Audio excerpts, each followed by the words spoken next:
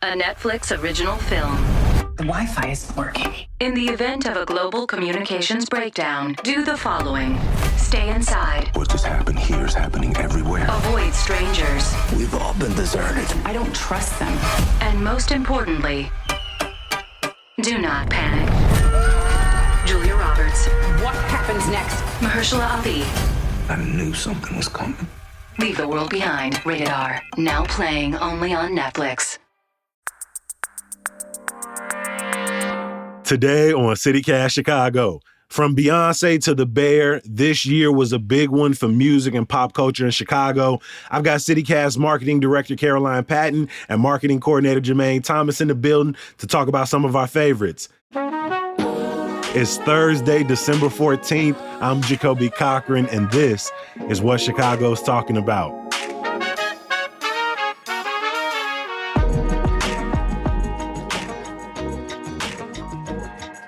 Morning, Caroline. Good morning. Morning, Jermaine. Welcome back. Good morning. Thank you for the warm welcome. Hey, I'm glad to have y'all here. Caroline, you are someone we all know for music, whether you sharing the latest shows from the week or talking about the concerts that you spent, oh my God, an unforgivable amount of money on throughout this year, my G. Yeah. You be doing it. I'm proud of you. But when we think about our favorite moments, when you think about that favorite festival or that favorite concert of the year, Caroline, what's the one that stands out in your mind this year? Okay, so I did go to the big one, the big two, Taylor Swift and Beyonce. I did go to those. So like those are obvious ones, I think. Mm-hmm. I could talk about those. I think we all know that those are incredible. And so I'm going to highlight shows that I went into that I was not expecting to enjoy, that I actually came out and thought like, oh, I want to listen to this artist more. And I'm so happy that I came to this. The one that is like, I was shocked about. So it was a new venue and a new artist. Well, not a new artist, but an artist that I don't often listen to. We've talked about the venue before, but I had not been to a show there. It was Auditorium Theater. I was like so excited to go, and I finally got to see a show there, and does not disappoint. Like it is literally incredible. And so just by that, like I think that helped elevate the concert. But the artist, which is a legacy artist, like a lot of people love this artist, but I was not that excited to see them, was The National. They played at Auditorium. They did 4 nights, I think sold out every night. They're a hugely beloved like indie rock band, but I don't know. I don't gravitate often towards like an upper middle class white man that's complaining about his life. Typically not my music that I'm into. Drag them. But like, it's just not for me vibes. But, I really enjoyed them. I thought he was like something about shows for me is when the front man like quote unquote gets it, which is what me and my boyfriend say when an artist knows their audience, plays to their audience.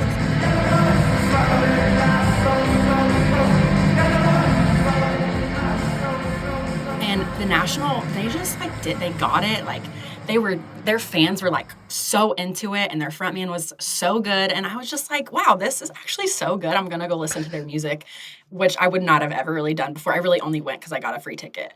And then honorable mention too, I have to mention them. It's like an 8 or 9 piece band called Caroline. We stand. And I think they're out of the UK, but they played one of my favorite venues that I don't think people talk about enough, which is Constellation. And Constellation, I think it's like Avondale would maybe be, and I love that venue. And Caroline played there, and it was so cool. It's like an 8 or 9 piece. They rotate instruments. They all harmonize, and it was so cool. I love that. Jermaine, what was your favorite concert, favorite festival moment this year? No, for sure. So I'm definitely on the same track as Caroline, like we did the Beyoncés and the Lalas and stuff. Everyone loves them. So we're going to go down the path less traveled. So I'm going to say Janelle Monáe was my number one concert of the year. I just like being there, and like the vibe that Janelle curates as an artist, I think was really important for me. Like being at the Byline Aragon Bank Ballroom, whatever their name is, and to see 5,000 people, and just like everyone was feeling free and like vibing, like enjoying the music and like really like in the show.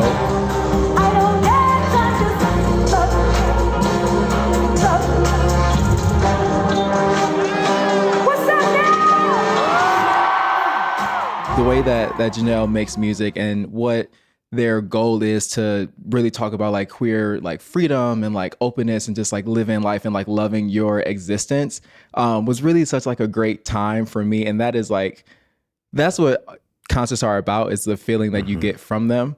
So that is one that I will always kind of like remember. And like anytime like I spend the age of pleasure, I'm going to remember like how watching that show like really made me feel. I mean, obviously y'all both talked about going to some of the big shows, you know, relatively speaking in terms of cost. Like, did you still feel this year, whether it was a big show or all the way down to little, do you feel like you got your money's worth this year? And how does cost, you know, maybe impact your decision to go or not to go to shows this year, Jermaine? Yeah, like I went to 23 different like large concerts this year, which was very heavy on the wallet. Like it was crazy. I think like concert prices, they are very, very high these times. And it does play into my decision making like more so now than it did earlier this year. Cause like now I'm like, dang, looking back on 2023, like I really kind of burned a hole in my pocket. I mean, I famously spent, I'll say it, $1,300 on my Taylor Swift ticket. I did. So was it worth $1,300? I don't know. Swifties, I feel like they're gonna go for me. I don't know. But I'm by nature like I love Empty Bottle. Like I love Constellation. I'm not a Soldier Field gal. But I mean, I think the major shows, the big production, you know, surprisingly, like I'm a huge Jonas Brothers fan. I've loved them forever. But I was like, thought I was going to go underwhelmed for that one. They did a great job with production. Beyonce, obviously, next level. Tonight is going to be a good night. Yeah! So I do feel like worth it. I don't think going to a concert is ever not worth the money, ever. Yeah. That's just who I feel like am. this was the year that I probably stepped back. I didn't go to any stadium, really arena shows this year. And again, like y'all said, some big ones came through. But my favorite festival moment, and luckily I got to go for free.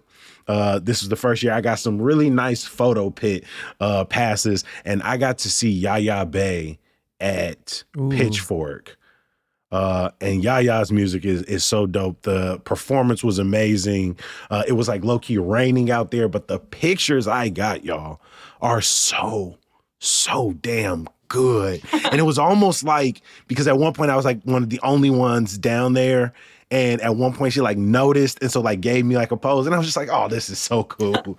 And so that was probably my favorite festival moment, was feeling like a concert/festival photographer for like 3 hours at Pitchfork. Some great acts that night, but that Yaya show was absolutely perfect. That sounds like the perfect day. Like honestly, Jacoby, like I'm trying to be like you. Just give me like 2 more years and I need to be in somebody's pit. Like what's going on? What's up?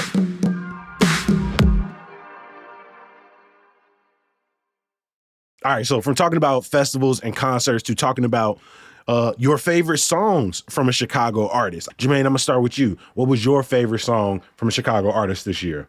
So I'm gonna go with "Spend the Night" by BJ the Chicago Kid and Coco Jones. It like just came out, but it really kind of like shot to the top of my list. I love the groove of it, like the fun like R&B type situation, and like the string section, it was bumping, and just like something that like just make you want to like feel good and like wave your head a little bit. Coco Jones, obviously, like a rising star. We love Coco. I hope they're gonna play a little bit of these songs so people can just a little bit, just a little bit.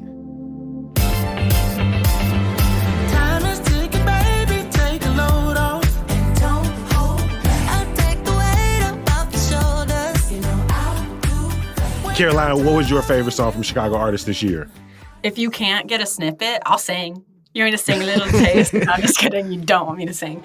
I can't. I have to say two, because there's two that like are equal for me. And it's not just that they're my favorite songs by Chicago artists of the year. They're my favorite songs of the year. I have listened to them over and over again. I love them. They're both early songs. Like I think they both came out January, February. So I can't not say both. And I think I'm going to start with the one that is really Chicago. I think anybody living in Chicago will like totally relate.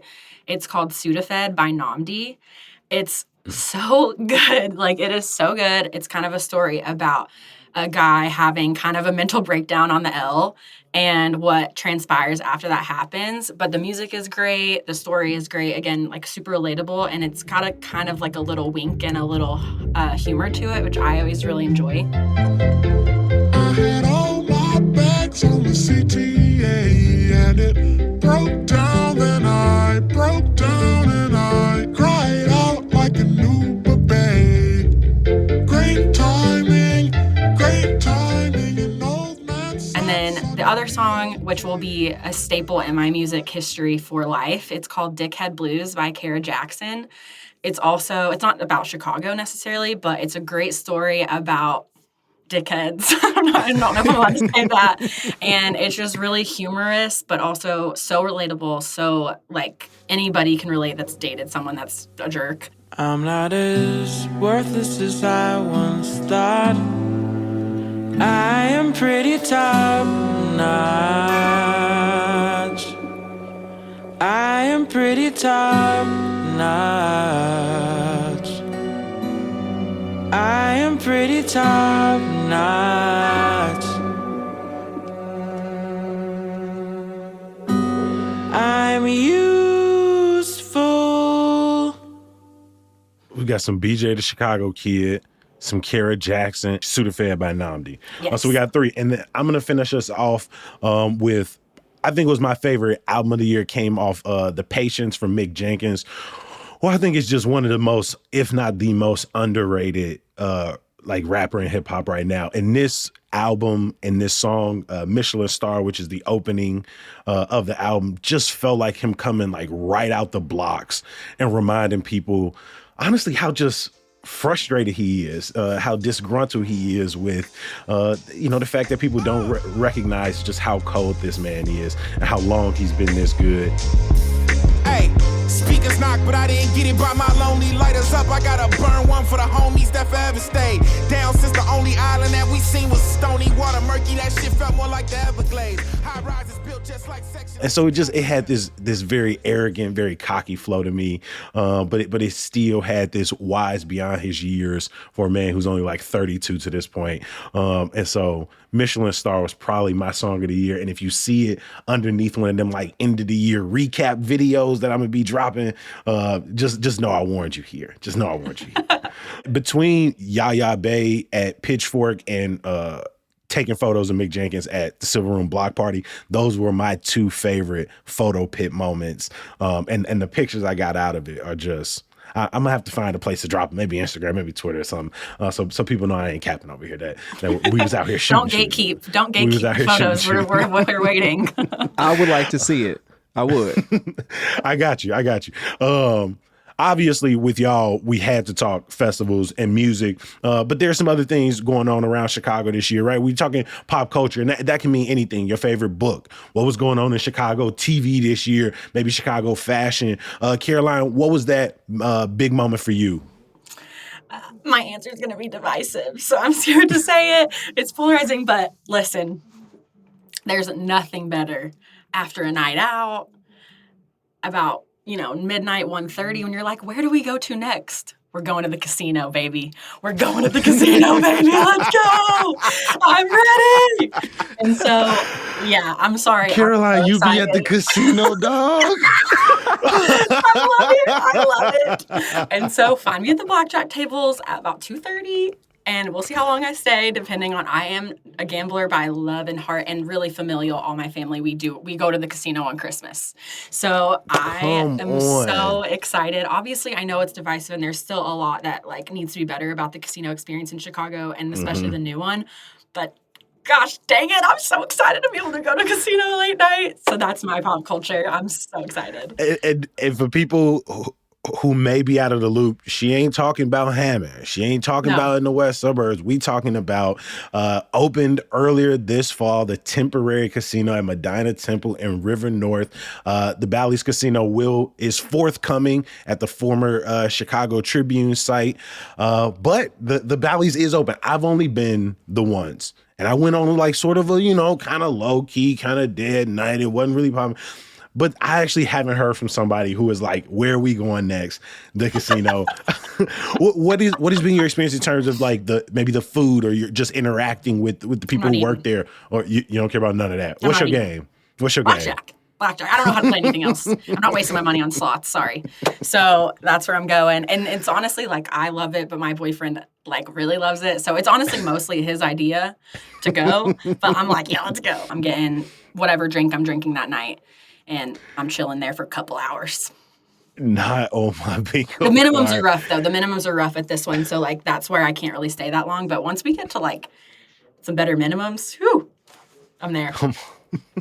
Bet minimums always means you got to bet a certain amount to sit at that table and play. And obviously, if you get more and more money, some tables, they're like, you can't sit here for under $20. You can't sit here for under 50, under 100 as it gets higher and higher. That is definitely one of the biggest news stories, but for you, I'm glad it's one of the biggest sort of entertainment pop culture stories of the year. Jermaine, what's your pop culture moment of the year? You know, I'm gonna go really like not unique here, and I'm gonna say the bear was my top moment. It was just like, you know, I took like 2 or 3 months to watch it. Like I took my time step by step. Waited like a week or two between episodes. And I think that was a really good decision because it let the life lessons that were kind of like baked into the episodes like really kind of sit for a while. And like watching the characters like grow throughout the season was like so much fun to watch, especially like Richie's episode, the Olivia Colman cameo, and like that last moment when they flashed that the Simon said every second counts. Like tens across the board, like because you know you're in the kitchen, you cook fast, whatever, but also like in life, like be happy with where you are, every second counts, like be in the moment, you know. So that really stuck with me. And let's just be honest, I watch a lot of TV. I like good TV. I'd put the Bear holiday episode up against any episode of television Jacoby. This year, pound for pound, to get Bob Odenkirk, to get Jamie Lee Curtis, to get all of those actors in one place, just long shots, seeing everyone's face, everyone's experiences. This family is like slowly breaking down, revealing all the like cracks in the foundation. It was the most heart-racing episode of TV I saw all year. I watched it at least 3 or 4 times with different groups to watch them experience it. Season 2 dropped over the summer, and now season 3 is now in production. My sort of moment is me giving some flowers to somebody I've given flowers to on the podcast before. Joe Fresh Goods had yet another fantastic year as one of Chicago's like premier fashion designers, gym shoe designers. His collaborations this year just continued years of good runs. He started off the year with his Chocolate Valley Resort collection. I've got the sort of pink and brown cardigan. It feels amazing. He also dropped a Beneath the Surface collaboration with New Balance, and the video that came out to promote it had Chicago West Side legend Twister in it. And like the videos he does for his drops are equally art, right? He had the What If collection with New Balance that was like, what if Michael Jordan selected New Balance over Nike? And y'all, you got to go to his Instagram right now to watch the latest video drop for his upcoming New Balance shoe campaign called 1998. The video features Smino. It's this play off this 1998 movie called Belly. And he's got a raffle going for people to enter to try to get one of the 3 colorways of the shoe. I'm trying to get them Keisha Blues. But it's just, for me, it's like, even if you don't like the clothes, you don't like the shoes, the marketing, the promo around it, the Chicagoans that are sprinkled in his posters and his ads. I think it's some of the coolest things. And then he's always doing collabs with like the socks and the Cubs. So another fantastic year for fashion. And I'm hoping that I get them Keisha Blues. I think that'll be the best Christmas gift to myself to end this December. So I know it ain't no way for me to rig the raffle, but Joe, if you're hearing this, if somebody passed this clip along to you, you know, size 13. So yeah, those are some great moments all around. We got some TV for y'all. You know, pop over to the casino after a late night. And if you like me, enter to try to win that raffle for these 1998 for the 1998 inspired New Balance. Right, or don't leave enter, it open actually. for me. But you know, you said don't gatekeep, so I'll drop the raffle link in the show notes for folks. I want to give another shout out to 2 of our amazing folks from the marketing team, marketing director Caroline Patton and marketing coordinator Jermaine Thomas. Thank y'all for stopping by today. Thanks for having us. Thanks. Bye.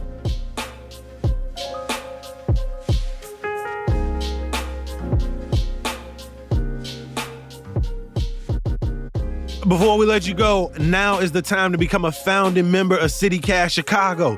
But Kobe, what does that mean? Well, maybe you ain't been listening this week. I got you. When you become a member of CityCast Chicago, you're supporting the work we do every day to help you feel connected to this city in the ways we do. And if you do it now, in addition to some pretty cool perks like ad-free listening, members-only updates, you'll also get to say you were one of the first, one of the originals. Become a member now at membership.citycast.fm.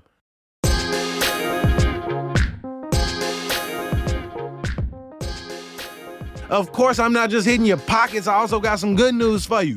You know how I'm always talking about the great things you can do at the Chicago Public Library?